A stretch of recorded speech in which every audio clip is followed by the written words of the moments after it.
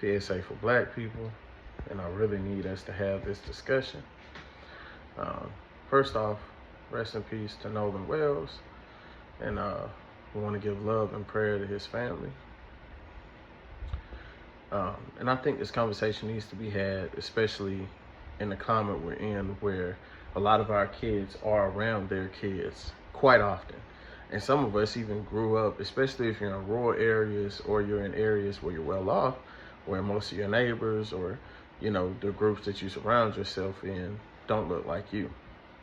It is our duty as black parents to remind these kids that they are black children first. Please don't let them forget it. I know it feels good to let them not grow up without that weight over their shoulders, but whether you like it or not, that weight is always there.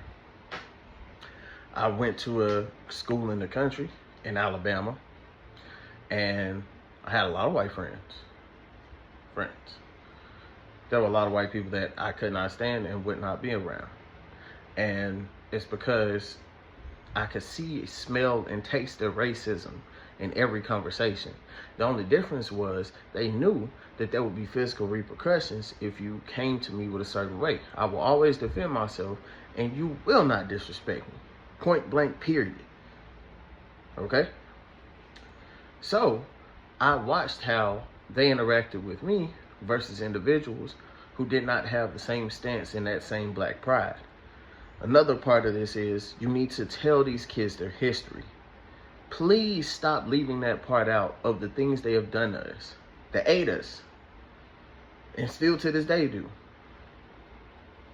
And because that is such a prevalent part of American history, and because it's not a wound that you really want to reopen, it never fucking closed, dude. And you do your kids a disservice by letting them feel safe in these people's environments.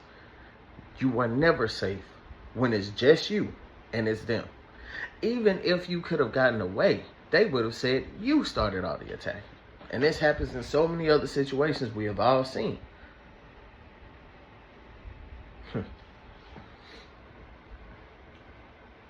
My folks gave me a few simple rules when it came to white people. One of those rules was, if you go into any place, whether it's a business, whether it's a party, whether it's just a friendly gathering, or you're walking down the street and happen to just run into a group of them, you don't stay nowhere where you are the only person that looks like you. You hear me? You never do that. You never spend the night with those people. Point blank, period. And I had white friends I had known for years. And I know for a fact they wouldn't have done nothing to me if I had spent the night at their house. But no matter how much fun we had, no matter how lit I was, whatever happened, I got a ride and went home. Every time. And they even asked me, why you don't stay? And I looked them dead in the face. I don't trust it. It may not even be you. It may be your friends. It may be your friends. You don't know. But as for me and mine, we're going to stick to these rules. And that's helped me avoid a lot of trouble.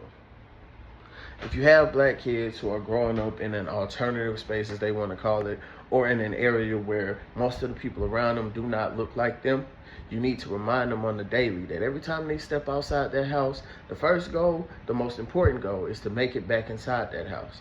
And that none of these people are actually their friends. Remember, a lot of people get it confused. School is to train you for work, okay?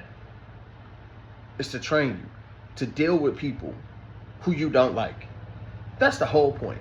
And to figure out where you fit in socially. So, don't go in with the confused mindset that these people like you and will care about you. They will kill your black ass and let the fishermen find you. I know it's a hard conversation. And again, my condolences to the family. I'm sorry that this happened, and it shouldn't happen. I want to make this very clear. It shouldn't happen, and our children shouldn't have to grow up with that black cloud over their head. But they need to understand that that cloud is there, and it will rain if you don't keep your umbrella. Keep your ears and your eyes on the swivel. Don't get caught in the middle. Always keep a seat by the window. What you need to hear is out now. I hope you pay attention to it, and I hope you go listen to it, and that it inspires you to act. But for now, let's just take a look at my new song and how it reflects the hypocrisy of this nation. Peace. 250 years. There's been 400 plus for us. And this is for anyone who wants to say that I'm alleviating the responsibility of the parties involved. You're out your fucking mind and you ain't paying attention.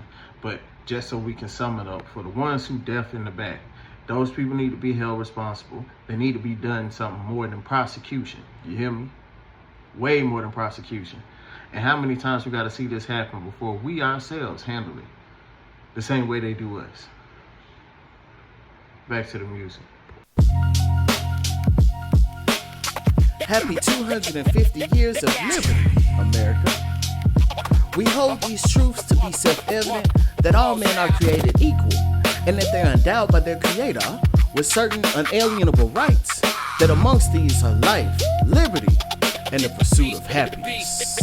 Let's talk about how we worked and prayed, but not free until we slave, and claimed our way out of chains. I must say, the hypocrisy is deep, the fall so steep. When you land not a peep, what you sow, they will reap. Remember, all men are supposed to be free, but it takes a back seat when you look like me. The shade of your skin is a cause to begin the caging of your kin and return to suffering.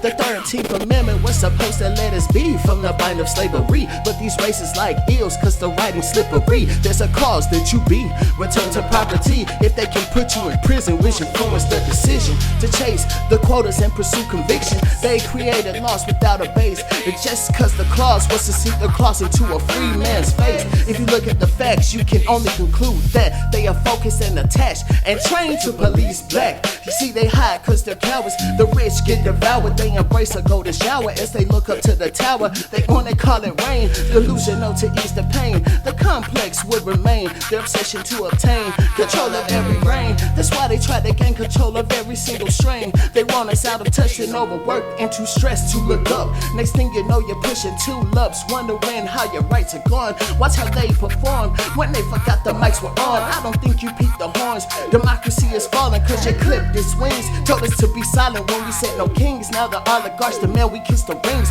The parasites, they do nothing but drain and clean. I look down with a scowl, get my cape and my cowl. The bats signal like a howl. They know who's on the prowl. I open bows with the vows. No trust like Charles.